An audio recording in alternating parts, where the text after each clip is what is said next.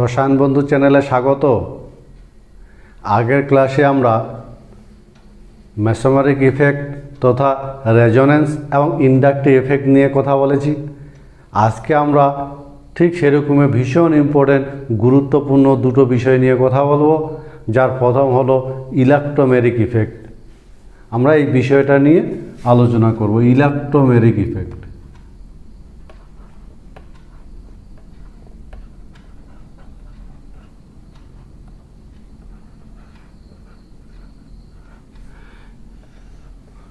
জৈব রসায়নে এই ইলেক্ট্রোমেরিক এফেক্টটা আমরা বেশ কিছু জায়গায় কিন্তু এর গুরুত্বপূর্ণ প্রয়োগ লক্ষ্য করে থাকি। তো ইলেক্ট্রোমেরিক এফেক্ট বলতে আমরা কি বুঝি, ধারণা আছে তোমাদের? বলো তো ইলেক্ট্রোমেরিক এফেক্টটা আসলে কি? তো মনে রাখবে, বিকারকের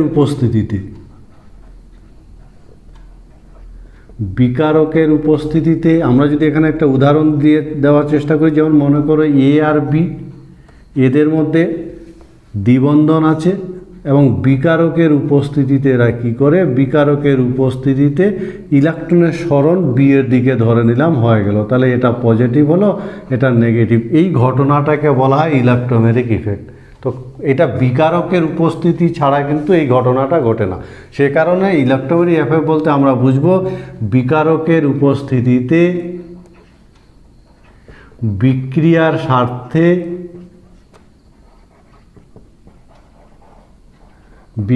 স্বার্থে দ্বিবন্ধন বা ত্রিবন্ধনে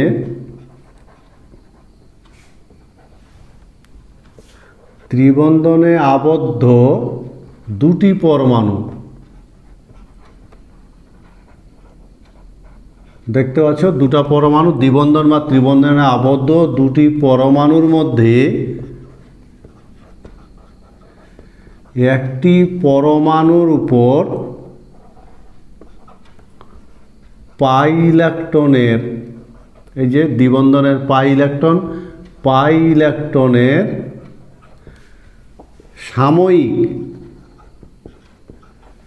সাময়িক স্থানান্তরণের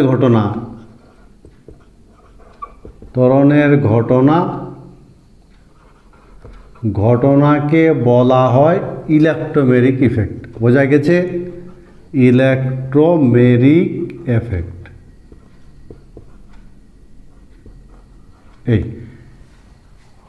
দেখতে পাচ্ছ এখানে দ্বিবন্ধনে আবদ্ধ দুটো পরমাণুর মধ্যে বিকারকের উপস্থিতিতে বিক্রিয়া স্বার্থে, মনে রাখবে বিকারকের উপস্থিতি ছাড়া এই ঘটনাটা ঘটে না। বিকারকের উপস্থিতিতে বিক্রিয়ার স্বার্থে বিক্রিয়া ঘটার জন্য দ্বিবন্ধন বা ত্রিবন্ধনে আবদ্ধ দুটো পরমাণুর মধ্যে কোন একটা পরমাণুর উপর পাই ইলেকট্রনের যদি সাময়িক, এই কথাটা মাথায় রাখবে, যদি টেম্পোরারি সাময়িক স্থানান্তরণ ঘটে তবে সেই ঘটনাটাকে বলা হয় ইলেক্ট্রোমেরিক এফেক্ট। আর ইলেক্ট্রোমেরিক এফেক্টের যে চিহ্ন আমরা এটা ব্যবহার করি, সেই চিহ্নটাকে ই দিয়ে প্রকাশ করা হয়। এই হলো ইলেক্ট্রোমেরিক এফেক্ট। বিকারককে সরিয়ে নিলে তার আবার আগের অবস্থায় চলে আসবে, সে কারণে এটাকে সাময়িক এফেক্টটাকে বলা হয়। সাময়িক স্থানান্তরণ ঘটবে, ফলে বিক্রিয়া ঘটার স্বার্থে মনে রাখবে বিকারকের উপস্থিতিতে দ্বিবন্ধন বা ত্রিবন্ধনে আবদ্ধ দুটো পরমাণুর মধ্যে একটা পরমাণুর উপর যদি পাই ইলেকট্রনের সাময়িক স্থানান্তরণ ঘটে, সেই ঘটনাটাকে বলা হয় ইলেক্ট্রোমেরিক এফেক্ট। আর এই ইলেক্ট্রোমেরিক এফেক্ট কিন্তু দুরকম হয়, দুরকম আমরা ইলেক্ট্রোমেরিক এফেক্ট লক্ষ্য করি। প্লাস ই প্রভাব কখন হবে? যখন পাই ইলেকট্রন, মনে রাখবে ইলেকট্রনের সরণ যেদিকে হবে, যেদিকে বিকারক যদি সেদিকে যুক্ত হয়, মনে থাকবে ইলেকট্রনের সরণ যেদিকে হবে বিকারক সেদিকে যুক্ত হয়, তখন সেই প্রভাবটাকে বলা হবে প্লাস ই প্রভাব। উদাহরণ হিসাবে যদি দেখি বলো তো, তাহলে প্লাস ই প্রভাবের আমরা উদাহরণ দিব। পাই ইলেকট্রনের সরণ হবে, পাই ইলেকট্রনের সরণ যে পরমাণুর দিকে হবে বিকারকটা সেই পরমাণুর সাথে যুক্ত হবে। যেমন অ্যালকিনের আমরা যদি দেখি, এক্ষেত্রে H প্লাস এইভাবে যুক্ত হবে। পাই ইলেকট্রনের সরণ এই কার্বনের দিকে হলো, প্রোটনটা এই কার্বনের সাথে যুক্ত হবে, ফলে এই জিনিসটা তৈরি হবে। এটা হলো প্লাস আই প্রভাব, প্লাস ই প্রভাব। বোঝা গেছে? আমরা দেখব মাইনাস ই প্রভাব কাকে বলবো? যখন ইলেকট্রনের সরণ যেদিকে হবে বিকারক তার বিপরীত দিকে যুক্ত হবে, বিকারক তার বিপরীতে যুক্ত হয়।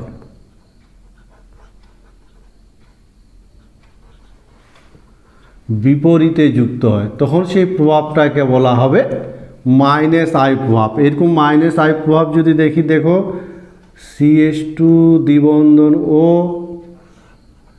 Cn মাইনাস,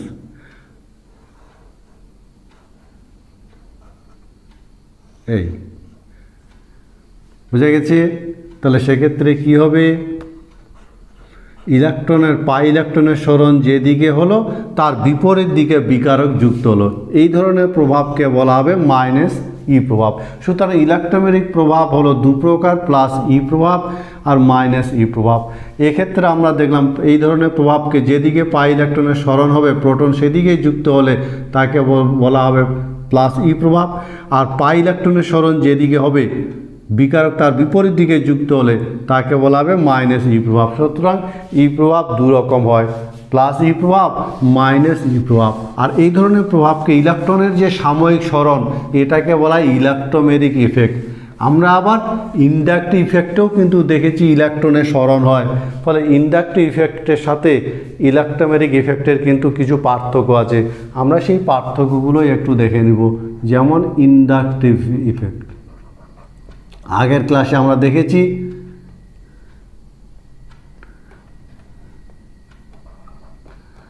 ইন্ডাকটিভ এফেক্ট আর ইলেকট্রোমেরিক এফেক্ট।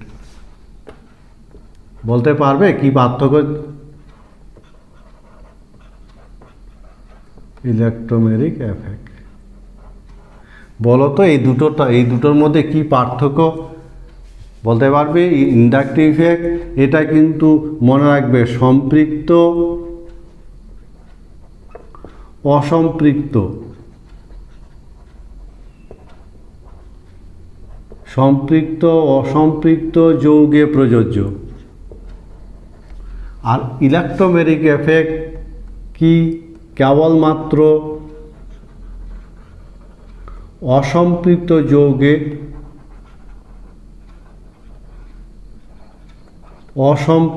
যৌগে প্রযোজ্য। বোঝা গেছে? এই হলো এক নাম্বার পার্থক্য। তো মনে রাখবে ইন্ডাকটিভ ইফেক্ট সম্পৃক্ত অসম্পৃক্ত উভয় ধরনের যৌগে প্রযোজ্য, কিন্তু ইলেকট্রোমেরিক এফেক্ট কেবলমাত্র অসম্পৃক্ত যৌগে প্রযোজ্য। এক্ষেত্রে মনে রাখবে পাই ইলেকট্রনের সরণ হয়। এক্ষেত্রে সিগমা ইলেকট্রনের সরণ হয়, আর এর ক্ষেত্রে পাই ইলেকট্রনের সরণ হয়। পাই ইলেকট্রনের সরণ ঘটে। বোঝা গেছে? এক্ষেত্রে মনে রাখবে যে আংশিক ইলেকট্রন জোড়ের আংশিক সরণ ঘটে। আর এক্ষেত্রে ইলেকট্রন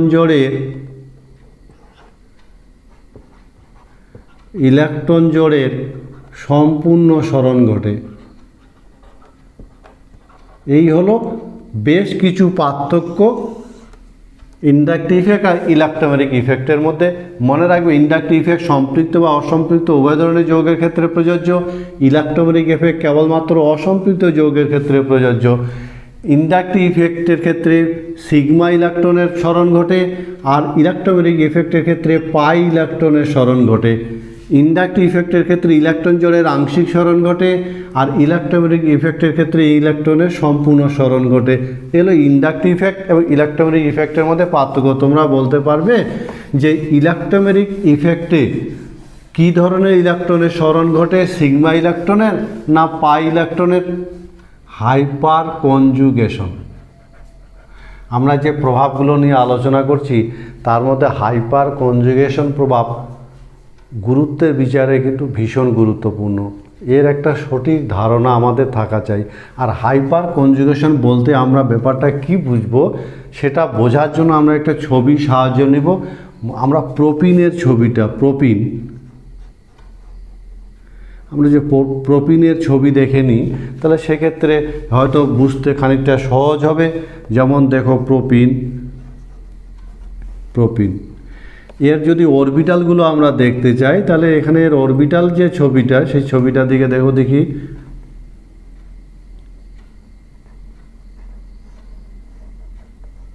আমরা হাইপার কনজুগেশনটাকে বোঝার চেষ্টা করব। এটা sp3 অরবিটাল, এর সাথে হাইড্রোজেনের s অরবিটাল, আর এটা হলো sp3s অরবিটাল, এবং এটা হলো সিগমা অরবিটাল। মনে থাকবে, এটা হলো সিগমা অরবিটাল।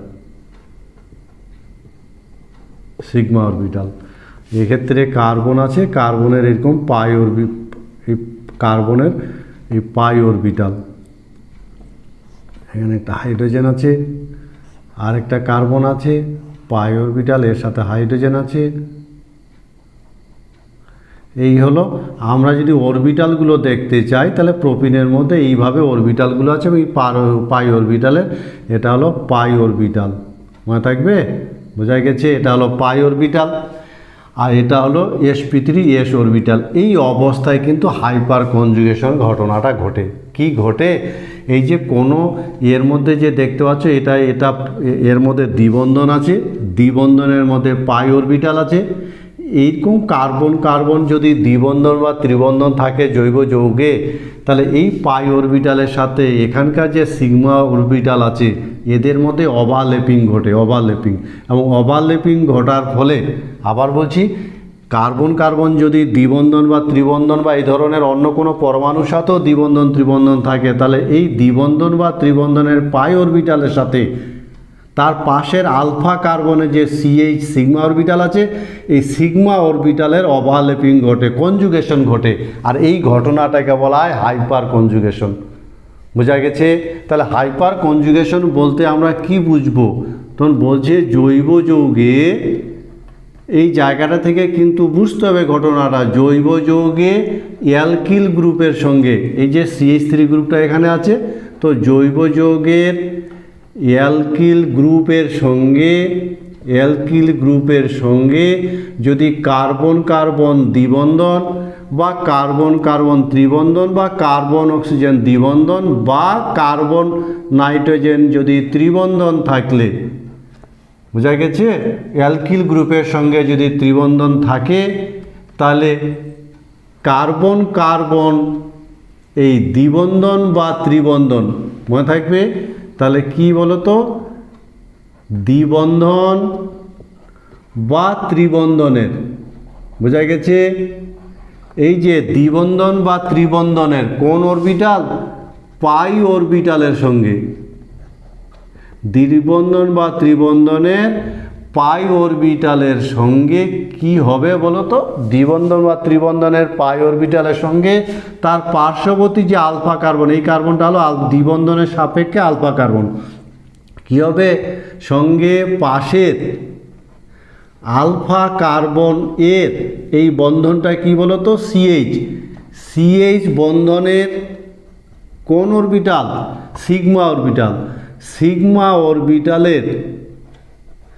সিগমা অরবিটালের ওভারল্যাপিংয়ের ফলে বা কনজুগেশনের ফলে বা পুনর্বিন্যাসের ফলে যে বিশেষ ধরনের রেজোন্যান্সের সৃষ্টি হয়, তাকে বলে হাইপার কনজুগেশন। বোঝা গেছে? রেজোন্যান্স সৃষ্টি, এই হলো হাইপার কনজুগেশন জিনিসটা। আবার বলছি যে জৈব যৌগে যদি অ্যালকিল গ্রুপের সাথে, যেমন CH3 গ্রুপ আছে, এই অ্যালকিল গ্রুপের সাথে যদি কার্বন দ্বিবন্ধন বা ত্রিবন্ধন বা কার্বন অক্সিজেন বন্ধন বা কার্বন নাইট্রোজেন বন্ধন থাকে, তাহলে এই দ্বিবন্ধনের পাই অরবিটালের সঙ্গে তার পাশে থাকা আলফা কার্বনের যে সিগমা অরবিটাল আছে, এই সিগমা অরবিটালের সাথে পাই অরবিটালের ওভারল্যাপিং ঘটে। বোঝা গেছে? এই ধরনের ওভারল্যাপিংয়ের ফলে যে বিশেষ ধরনের রেজোনেন্সের সৃষ্টি হয় সেই ঘটনাটাকে বলা হয় হাইপার কনজুগেশন। এই হলো হাইপার কনজুগেশনের ধারণা। আবার বলছি, পাই অরবিটালের সঙ্গে তার পাশে আলফা কার্বনের সিএইচ বন্ধনের সিগমা অরবিটালের ওভারল্যাপিং ঘটে। ফলে এই জায়গাটাতে কি ঘটলো, সিগমা পাই ওভারল্যাপিং বা কনজুগেশন ঘটেছে, সিগমা পাই কনজুগেশন। এই কনজুগেশনটাকে বলা হয় হাইপার কনজুগেশন। তাহলে হাইপার কনজুগেশনের আমরা কিছু বৈশিষ্ট্য মনে রাখবো। কি বৈশিষ্ট্য বলা যাবে বলো তো? হাইপার কনজুগেশনের কি বৈশিষ্ট্য বলা যাবে, কাকে বলে নিশ্চয়ই বোঝাতে পেরেছি। এবার হাইপার কনজুগেশন আমরা দেখব, হাইপার কনজুগেশনের কিছু বৈশিষ্ট্য। তো তোমরা বলতে পারবে যে হাইপার কনজুগেশনটা যে ঘটে সেটা কোন অরবিটালের সাথে কোন অরবিটালের হাইপার কনজুগেশন ঘটে। এবার আমরা দেখব এই হাইপার কনজুগেশনের কিছু বৈশিষ্ট্য। ঠিক আছে, যেমন দেখো এক্ষেত্রে কি ঘটে বলো তো, এক্ষেত্রে সিগমা অরবিটালের সাথে পাই অরবিটালের কনজুগেশন ঘটে। সেই জন্য হাইপার কনজুগেশনকে অনেক সময় সিগমা পাই কনজুগেশন বলা হয়, সিগমা পাই কনজুগেশন বলে, যেহেতু সিগমা অরবিটালের সাথে পাই অরবিটালের কনজুগেশন ঘটে। মনে হবে এই কথাটা? তো সিগমা পাই বলে। এক্ষেত্রে দেখো যখন কনজুগেশনটা ঘটে তখন এই কার্বন আর হাইড্রোজেন বন্ধনটাকে বিচ্ছিন্ন করে দেখানো হয়, সেই জন্য একে বন্ধনবিহীন। মনে থাকবে, যখন কনজুগেশনটা ঘটে তখন এই কার্বনের সাথে হাইড্রোজেনের বন্ধনটা ছিন্ন হয়, সে কারণে এই ধরনের কনজুগেশনকে বলা হয় বন্ধনবিহীন রেজোনেন্স বলে। মনে থাকবে কথাটা। আর আবিষ্কারক বিজ্ঞানীদের নাম অনুসারে এই প্রভাবটাকে অনেক সময় বলা হয় বেকার-নাথন প্রভাব বলা হয়। বিজ্ঞানে বেকার এবং নাথন প্রভাব বলে। মনে থাকবে কথাটা। আর এক্ষেত্রে মনে রাখবে এই প্রভাবটা হাইপার কনজুগেশন প্রভাব রেজোনেন্স অপেক্ষা কম শক্তিশালী।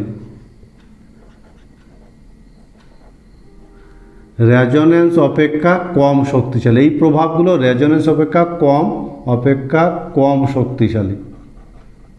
মনে থাকবে। তাহলে আমরা কি পেলাম, হাইপার কনজুগেশনের একটা ধারণা, দ্বিবন্ধনযুক্ত যদি কার্বন কার্বন দ্বিবন্ধন বা ত্রিবন্ধন থাকে তাহলে সেক্ষেত্রে তার পাই অরবিটালের সাথে তার পাশে আলফা কার্বনের সিগমা অরবিটালের বিশেষ ধরনের যে ওভারল্যাপিং সেটাকে বলা হয় হাইপার কনজুগেশন। এবং এই হাইপার কনজুগেশনে যেহেতু পাই অরবিটালের সাথে সিগমা অরবিটালের কনজুগেশন ঘটে সেই জন্য একে সিগমা পাই কনজুগেশন বলা হয়। যেহেতু এক্ষেত্রে বন্ধনটা বিচ্ছিন্ন করে দেখানো হয় সেই জন্য একে বন্ধনবিহীন রেজোনেন্স বলে। এটা একটা রেজোনেন্স, কিন্তু বন্ধনবিহীন রেজোনেন্স, এখানে বন্ধনটা ভেঙে এর সাথে ওভারল্যাপিং ঘটে। আবিষ্কারকদের নাম অনুসারে একে বেকার-নাথন প্রভাব বলা হয়। এবং এক্ষেত্রে এই প্রভাবটা কিন্তু রেজোনেন্স অপেক্ষা কম শক্তিশালী। মনে থাকবে, এই হলো হাইপার কনজুগেশন। এই হাইপার কনজুগেশনের ফলে আমরা বিভিন্ন ধরনের বিভিন্ন এর অ্যাপ্লিকেশনের ক্ষেত্রে যদি আমরা দেখি তাহলে দেখব হাইপার কনজুগেশনের ফলে আমরা অ্যালকিনের স্থায়িত্ব ব্যাখ্যা করতে পারি। হাইপার কনজুগেশনের প্রয়োগ আমরা 1 নম্বর প্রয়োগ দেবো, অ্যালকিনের স্থিতিশীলতা ব্যাখ্যা করা যায়। মনে রাখবে হাইপার কনজুগেশন ঘটনাটা বোঝাতে পেরেছি তো। হাইপার কনজুগেশন প্রভাব দুজন বিজ্ঞানীর নাম আছে, তোমরা নাম বলতে পারবে? হাইপার কনজুগেশন প্রভাব কোন দুজন বিজ্ঞানী আবিষ্কার করেন? তো হাইপার কনজুগেশনের সাহায্যে আমরা অ্যালকিনের স্থায়িত্ব ব্যাখ্যা করতে পারি। অ্যালকিনের স্থায়িত্ব ব্যাখ্যা করা যায়। তো মনে রাখবে অ্যালকিনের স্থায়িত্ব কি, আলফা হাইড্রোজেন সংখ্যা, আলফা দ্বিবন্ধনের সাপেক্ষে, মনে রাখবে দ্বিবন্ধনের সাপেক্ষে আলফা হাইড্রোজেন সংখ্যা বৃদ্ধি পেলে স্থায়িত্ব বৃদ্ধি পায়। যেমন উদাহরণ দিয়ে যদি আমরা বলি 2-মিথাইল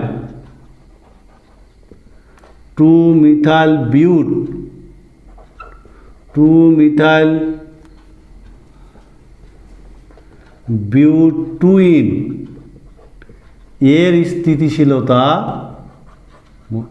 বোঝা গেছে। 2-মিথাইল বিউটুইন এর স্থিতিশীলতা 2-মিথাইল ওয়ান ইন অপেক্ষা বেশি, এটাকে আমাকে ব্যাখ্যা করতে হবে হাইপার কনজুগেশনের সাহায্যে। 2 মিথাইল বিউট 2 ইন আর 2 মিথাইল বিউট 1 ইন। তো আমরা যদি ছবিগুলো ড্র করে দেখো, 2 মিথাইল বিউট CH3 CH এটা হলো 2 মিথাইল বিউট 2 ইন। আর আমরা যদি এখানে দেখি CH3 CH2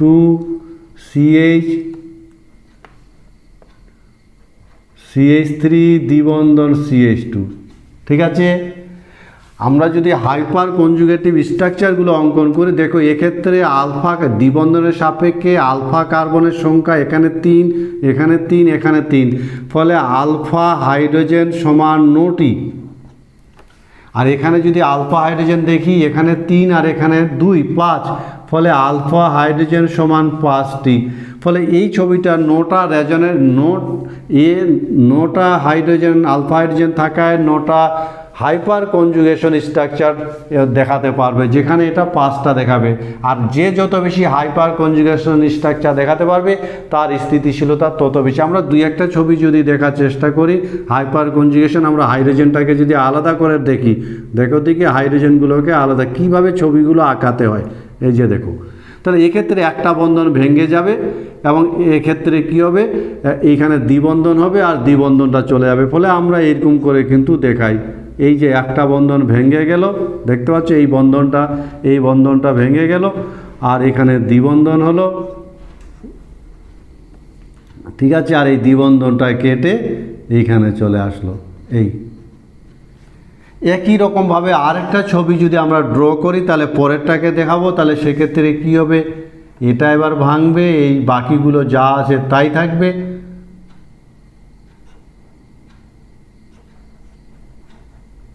CH3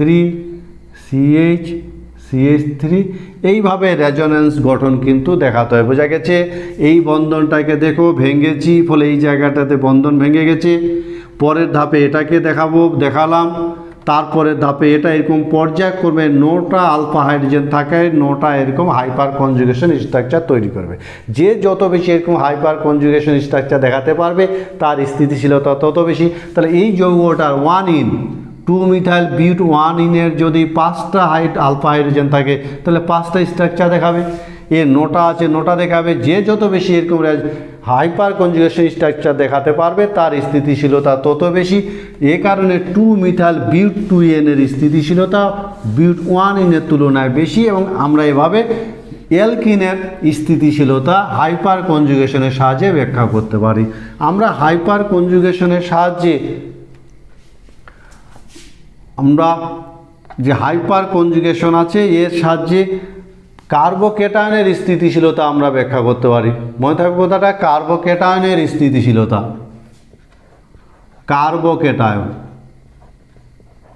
কার্বোক্যাটায়নের স্থিতিশীলতা আমরা ব্যাখ্যা করতে পারি। তো কার্বোক্যাটায়ন, অর্গানিক কেমিস্ট্রি কার্বোক্যাটায়নের ধারণা তোমাদের আছে? কার্বোক্যাটায়ন বলতে আমরা কি বুঝি? তো রাসায়নিক বিক্রিয়া সংগঠনকালে, অর্গানিক কেমিস্ট্রি রাসায়নিক বিক্রিয়া সংগঠনকালে অন্তর্বর্তী যৌগ হিসাবে কোনো কার্বন যদি পজিটিভ চার্জ লাভ করে তবে তাকে বলা হয় কার্বোক্যাটায়ন। যদি নেগেটিভ চার্জ লাভ করে তাকে বলা হয় কার্বোএনায়ন।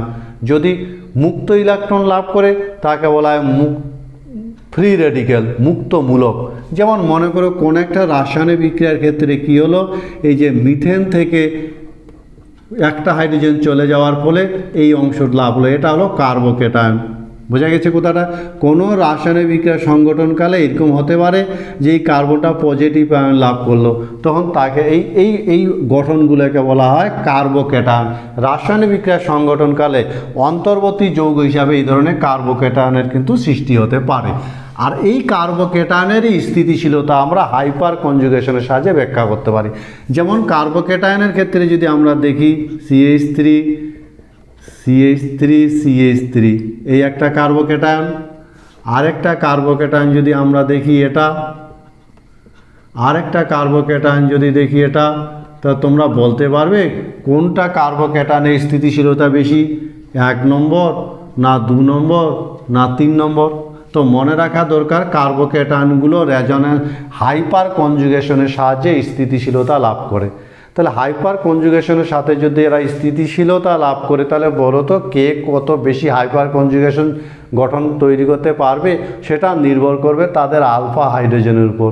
ফলে কার্বোক্যাটায়নের স্থিতিশীলতার ক্ষেত্রে আমাদের মনে রাখতে হবে যে পয়েন্টটা, কার্বোক্যাটায়নের স্থিতিশীলতার ক্ষেত্রে যে পয়েন্টটা মনে রাখতে হবে সেটা হলো যে এক্ষেত্রে আলফা হাইড্রোজেন সংখ্যা বৃদ্ধির সঙ্গে কি হয়, বৃদ্ধির সঙ্গে চার্জের এই যে পজিটিভ চার্জটা ডিলোকালাইজেশন ঘটে, পজিটিভ চার্জের ডিলোকালাইজেশন বৃদ্ধি পায়। আর ডিলোকালাইজেশন যত বৃদ্ধি পায় ফলে কি হয়, ফলে স্থিতিশীলতাও বৃদ্ধি পায়, ফলে কি বলতো চার্জের ডিলোকালাইজেশন, এই টার্মটা নিশ্চয় বোঝা গেছে। পজিটিভ চার্জটা যে গঠনে যত বেশি ছড়িয়ে পড়তে পারবে তার চার্জের ডিলোকালাইজেশন যত ছড়িয়ে পড়তে পারবে তার স্থিতিশীলতা তত বৃদ্ধি পাবে। তো চার্জের ডিলোকালাইজেশন কার ক্ষেত্রে ঘটবে, যার ক্ষেত্রে আলফা হাইড্রোজেন বেশি। তো এখানে দেখতে পাচ্ছি এক্ষেত্রে 9টা আলফা হাইড্রোজেন আছে, ফলে এক্ষেত্রে আলফা হাইড্রোজেনের সংখ্যা কত, 9টি। এক্ষেত্রে আলফা হাইড্রোজেনের সংখ্যা 6টি, এক্ষেত্রে আলফা হাইড্রোজেনের সংখ্যা 3টি। ফলে বোঝা যাচ্ছে যে কে কত বেশি সংখ্যক হাইপার কনজুগেশন দেখাতে পারবে। আমরা এটার ক্ষেত্রে যদি একটু দেখার চেষ্টা করি, যেমন মনে করে একটা কার্বনকে আমি আলাদা করে হাইড্রোজেনগুলোকে দেখাচ্ছি, কি করে হাইপার কনজুগেশন আমরা দেখাতে পারি। এই যে দেখো, ঠিক আছে, এক্ষেত্রে একটা বন্ধন ভেঙে দিলাম, একটা বন্ধন আমরা যেভাবে হাইপার কনজুগেশন দেখাই, দুটো হাইড্রোজেনের বন্ধন থেকে গেছে, এই হাইড্রোজেনটার বন্ধনটাকে আমি ভেঙে দিচ্ছি, ভেঙে দিলে এটা চলে আসবে এখানে, এটা প্রোটন হিসাবে পড়ে থাকবে এবং এই কার্বনটা প্রশমিত হবে, যে কার্বনটা আছে এই দ্বিবন্ধন তৈরি হবে, এইভাবে স্থিতিশীলতা লাভ করবে। আরেকটা ছবি যদি আঁকাই তাহলে দেখো তো পরের হাইড্রোজেনটার ক্ষেত্রে যদি বলি তাহলে কি হবে, পরের হাইড্রোজেনটা এই হাইড্রোজেনটা ঠিক থাকবে, এই হাইড্রোজেনটা আছে, এই হাইড্রোজেনটার বন্ধন ভেঙে গেছে, এখানে দ্বিবন্ধন হয়ে গেছে। এইভাবে যতগুলো আলফা হাইড্রোজেন আছে ততগুলো এরকম হাইপার কনজুগেশন স্ট্রাকচার দেখাবে। ফলে আলফা হাইড্রোজেনের সংখ্যা যত বাড়বে এই চার্জের ডিলোকালাইজেশনের পরিমাণ তত বাড়বে, আর চার্জের ডিলোকালাইজেশনের পরিমাণ বৃদ্ধির সাথে সাথে কিন্তু তাদের স্থিতিশীলতাও বৃদ্ধি পাবে। এক্ষেত্রে আমরা কার্বনটার সাথে 3টা কার্বন যুক্ত আছে বলে একে 3 ডিগ্রি কার্বোক্যাটায়ন বলা হয়, দুটো কার্বনের সাথে এই কার্বনটা যুক্ত আছে বলে 2 ডিগ্রি কার্বোক্যাটায়ন বলা হয়, আর একটা কার্বনের সাথে এই কার্বনটা যুক্ত থাকে একে 1 ডিগ্রি কার্বোক্যাটায়ন বলা হয়। ফলে এটা 3 ডিগ্রি কার্বোক্যাটায়ন, এটা 2 ডিগ্রি কার্বোক্যাটায়ন, এটা 1 ডিগ্রি কার্বোক্যাটায়ন। ফলে স্থিতিশীলতার ক্রমটা কি হবে বলো তো, 3 ডিগ্রি সব থেকে বেশি স্থিতিশীল হবে, তারপরে 2 ডিগ্রি, তারপরে 1 ডিগ্রি। বোঝা গেছে? তোমরা বলতে পারবে তাহলে এই যে কার্বোক্যাটায়নগুলো আছে এই 1 ডিগ্রি, 2 ডিগ্রি এবং 3 ডিগ্রি, এদের মধ্যে কত ডিগ্রি কার্বোক্যাটায়নের স্থিতিশীলতা সর্বাধিক। আমরা এবার দেখব মুক্ত মূলকের স্থিতিশীলতা ব্যাখ্যা করতে পারি। মুক্ত মূলকের স্থিতিশীলতা, মুক্ত মূলকের স্থিতিশীলতা। তো মুক্তমূলক কাকে বলে ধারণা আছে বলতে পারবে? মুক্তমূলক অর্গানিক কেমিস্ট্রিতে ফ্রি রেডিক্যাল একটা টার্ম আছে, আমরা এই টার্মটা একটু আমাদের পরবর্তী ক্লাসে আমরা এই বিষয়গুলো নিয়ে আলোচনা করব। আজকে জাস্ট একটু বলতে চাইছি, যেমন মনে করো কোনো একটা বন্ধনের ক্ষেত্রে এই যে মিথেনের ক্ষেত্রে যে হাইড্রোজেন আর বন্ধন আছে, এই যে বন্ধনের সুষম যদি বিভাজন ঘটে তাহলে ইলেকট্রন দুটো ভাগে ভাগ হয়ে যাবে এবং এই সিঙ্গেল ইলেকট্রন যুক্ত যে অবস্থাটা তৈরি হয় একে মুক্তমূলক বলে। ফলে অর্গানিক কেমিস্ট্রি বিভিন্ন বিক্রিয়ার ক্ষেত্রে কিন্তু এই ধরনের সুষম বিভাজন ঘটে। আর সমযোজী বন্ধনের সুষম বিভাজনের ফলে এক ইলেকট্রন, সিঙ্গেল ইলেকট্রন বিশিষ্ট যে অবস্থাটা সৃষ্টি হয়, অন্তর্বর্তী অবস্থাটা সৃষ্টি হয়, তাকে বলা হয় ফ্রি রেডিক্যাল বা মুক্তমূলক। এই ধরনের মুক্তমূলক বিভিন্ন ডিগ্রির হয়। যেমন আমরা যদি দেখি মুক্তমূলক 3 ডিগ্রি মুক্তমূলক,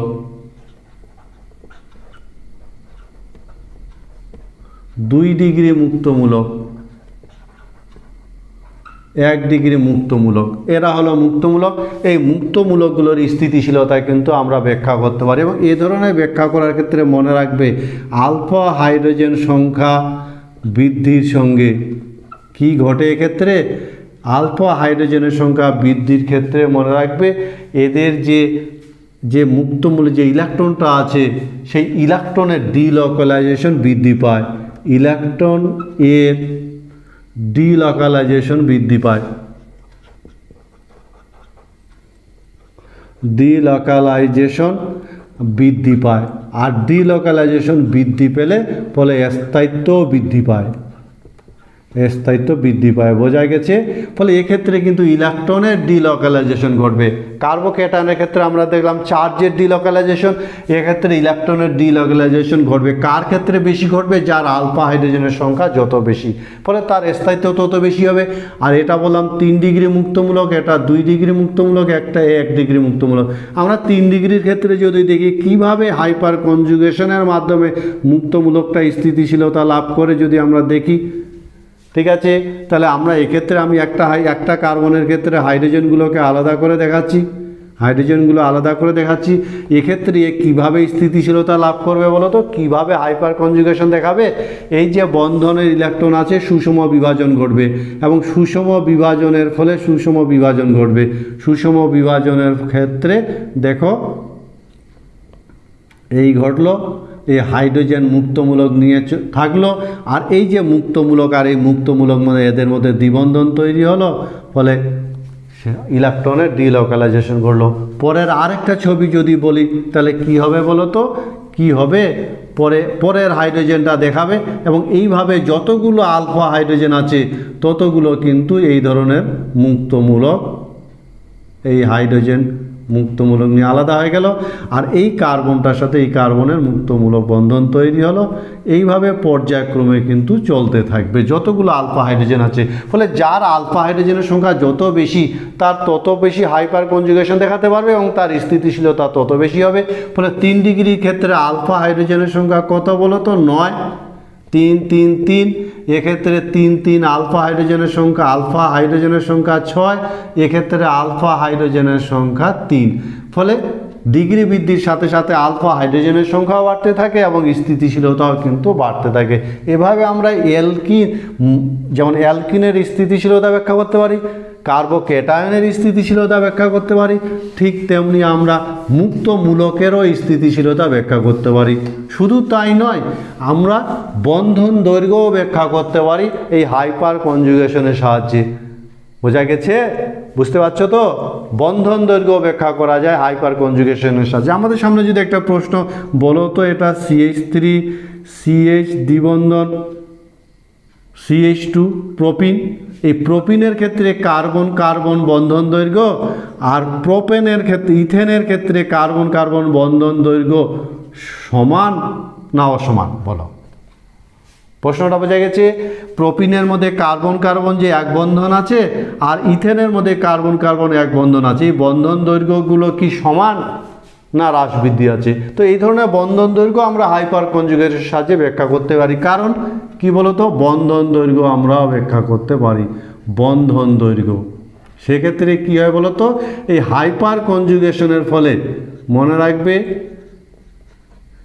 হাইপার কনজুগেশনের ফলে কি হয়, হাইপার কনজুগেশনের ফলে এক বন্ধন আংশিক দ্বিবন্ধন চরিত্র লাভ করে, দ্বিবন্ধন চরিত্র লাভ করে। আর তার ফলে কি হয় বলতো, ফলে বন্ধন দৈর্ঘ্য হ্রাস পায়, বন্ধন দৈর্ঘ্য হ্রাস পায়। মনে থাকবে, এই হাইপার কনজুগেশনের ফলে কি হয়, দ্বিবন্ধন, মনে রাখবে এক বন্ধন দ্বিবন্ধন চরিত্র লাভ করে, ফলে বন্ধন দৈর্ঘ্য হ্রাস পায়। অন্যভাবে কি হয়, দ্বিবন্ধন এক বন্ধন চরিত্র লাভ করে, এক বন্ধন চরিত্র লাভ করে। ফলে এক্ষেত্রে এর ফলে কি হয় বলো তো, এই ধরনের এক বন্ধন চরিত্র লাভ করার ফলে বন্ধন দৈর্ঘ্য বৃদ্ধি পায়, বন্ধন দৈর্ঘ্য বৃদ্ধি পায়, এই হলো থিওরিটা।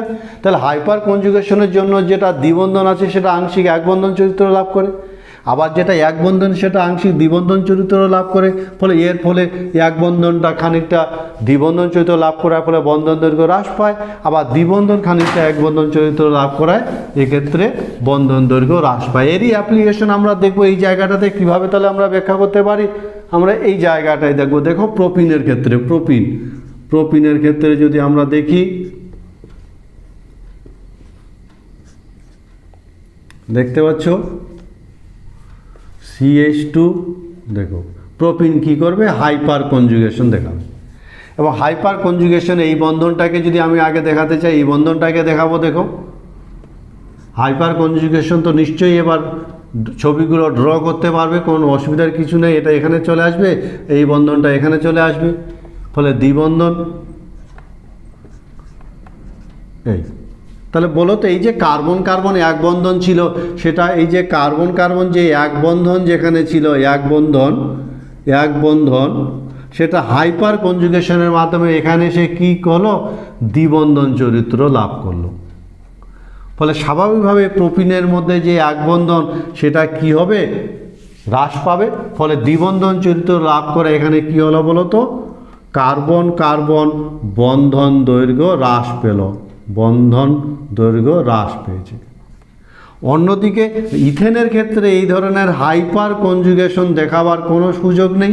ফলে ইথেনের ক্ষেত্রে কিন্তু কার্বন কার্বন বন্ধন দৈর্ঘ্য বড় হবে। ফলে প্রোপিনে কার্বন কার্বন বন্ধন দৈর্ঘ্যের তুলনায় ইথেনে কার্বন কার্বন বন্ধন দৈর্ঘ্য বড় হবে, কারণ প্রোপিনের ক্ষেত্রে কার্বন কার্বন এক বন্ধন হাইপার কনজুগেশনের ফলে আংশিক দ্বিবন্ধন চরিত্র লাভ করেছে। স্টেরিক হিন্ড্রেন্স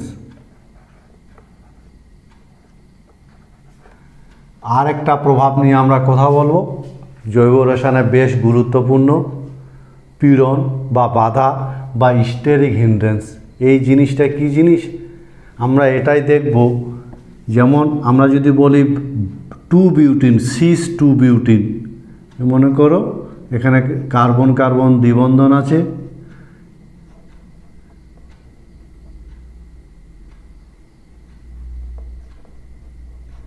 এক্ষেত্রে যদি আমরা দেখি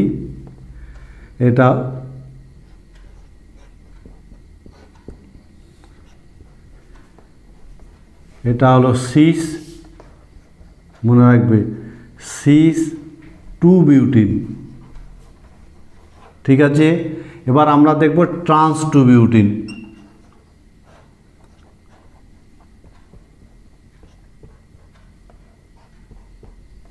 এটা হলো ট্রান্স-2-বিউটিন।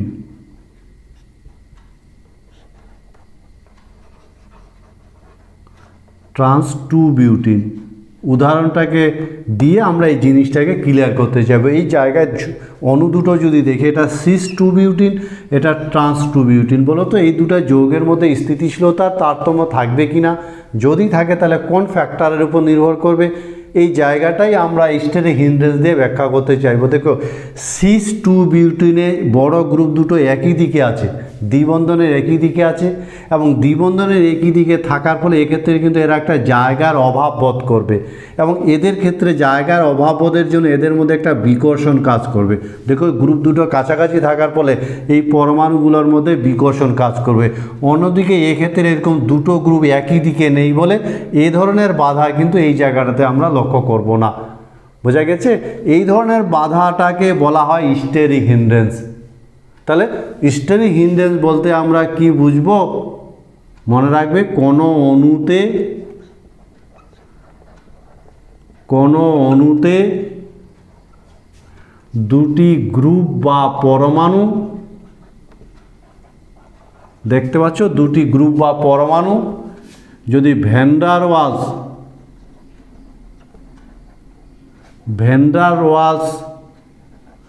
ব্যাসার্ধের, ঠিক আছে, ভ্যান ডার ওয়ালস ব্যাসার্ধের যোগফলের যোগফলের চেয়ে কম দূরত্বে, যোগফলের চেয়ে কম দূরত্বে থাকলে, বুঝা গেছে? তাহলে কোনো অণুতে দুটি গ্রুপ বা পরমাণু ভ্যান ডার ওয়ালস ব্যাসার্ধের যোগফলের চেয়ে কম দূরত্বে থাকলে তাদের মধ্যে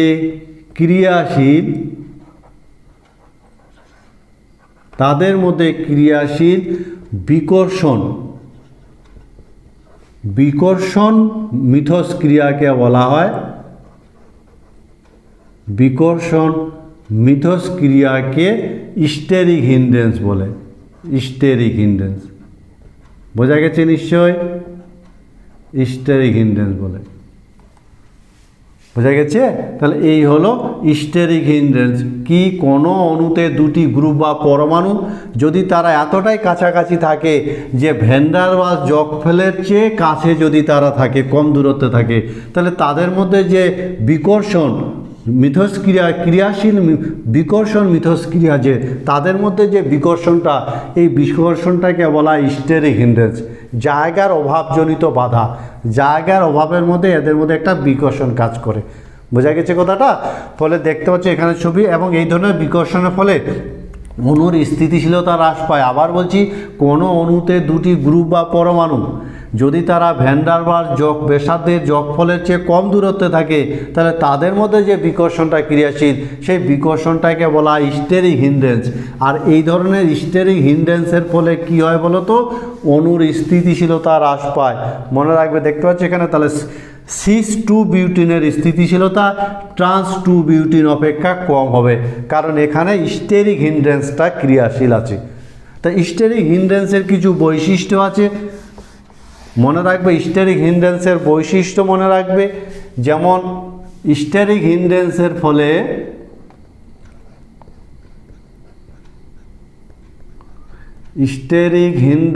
ফলে কি হয়?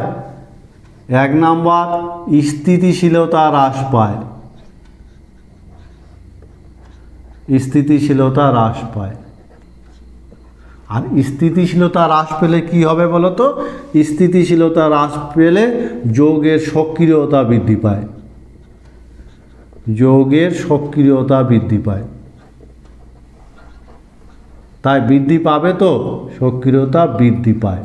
তো আমরা স্টেরিক হিন্ড্রেন্সের সংজ্ঞাটা বলার সময়, ঘটনাটা বোঝাবার সময় আমরা একটা ব্যাসার্ধের কথা উল্লেখ করেছিলাম। তোমরা বলতে পারবে সেই ব্যাসার্ধটার নাম কি?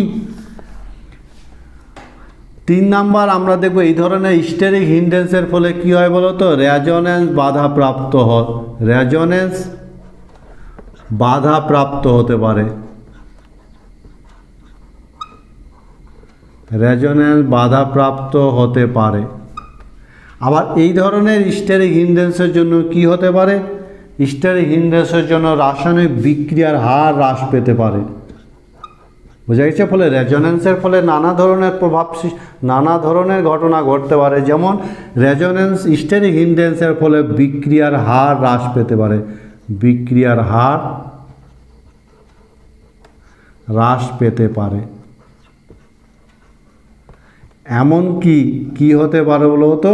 বিক্রিয়া নাও ঘটতে পারে। বিক্রিয়া নাও ঘটতে পারে।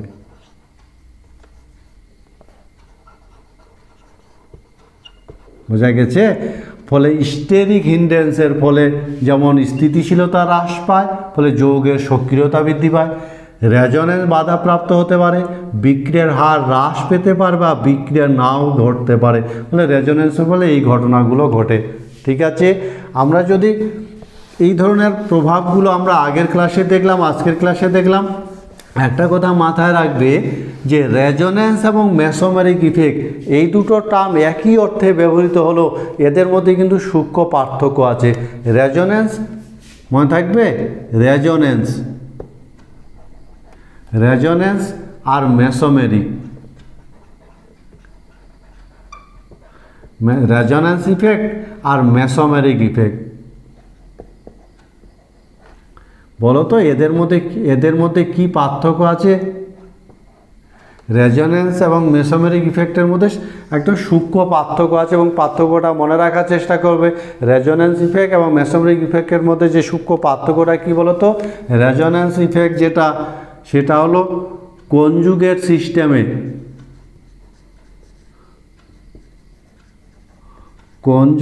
সিস্টেমে পাই ইলেকট্রনের ডিলোকালাইজেশন বোঝায়। মনে থাকবে? তাহলে রেজোনেন্স ইফেক্ট বলতে কনজুগেট সিস্টেমে পাই ইলেকট্রনের ডিলোকালাইজেশন বোঝায়, কিন্তু মেসোমেরিক ইফেক্ট বলতে রেজোনেন্সের ফলে কোনো গ্রুপ বা পরমাণু দ্বারা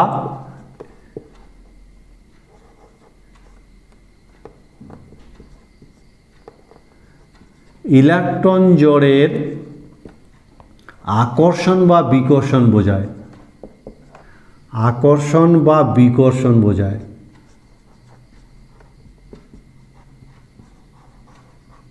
বোঝা গেছে?